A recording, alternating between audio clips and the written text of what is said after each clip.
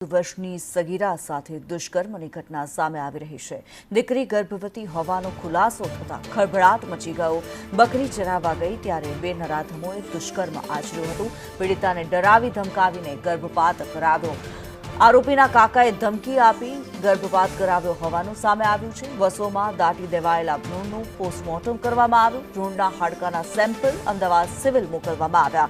મામલો દબાવવા આરોપીઓએ પરિવારને પણ ધમકાવ્યો। લિંબાસીમાં પોક્સો દુષ્કર્મની કલમો હેઠળ ગુનો નોંધાયો છે। પોલીસે દુષ્કર્મના બે આરોપીઓને ઝડપી પાડ્યા છે। વસોના વિવાદિત ડોક્ટર આર ભરવાડ સામે ફરિયાદ નોંધાઈ છે। અગાઉ પણ ડોક્ટર ભરવાડ વિવાદોમાં ફસાઈ ચૂક્યા છે। ક્લિનિકમાં ગેરકાયદે પ્રવૃત્તિ કરતા હોવાનું પણ સામે આવ્યું છે। જમીનમાંથી દાટેલું એક ભ્રૂણનું એક મૃતદેહ લઈને આવ્યા હતા।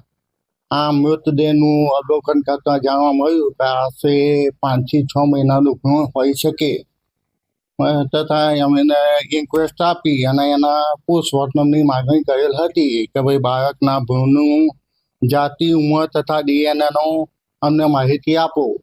તો એના માટે અમે બાળકના હાડકાના સેમ્પલ લઈ અને FSL અમદાવાદ ખાતે સેમ્પલ મોકલી આપ્યા છે અને તેનું જે રિઝલ્ટ આવે એના પછી આપણને આ માહિતી મળી શકે। એક્સપર્ટના મત મુજબ એવું જાણવા મળ્યું કે ભાઈ બાળકના હાડકાના સેમ્પલ ઉપરથી આપણને જાતિ અને ઉંમરનો અંદાજ મળી શકે।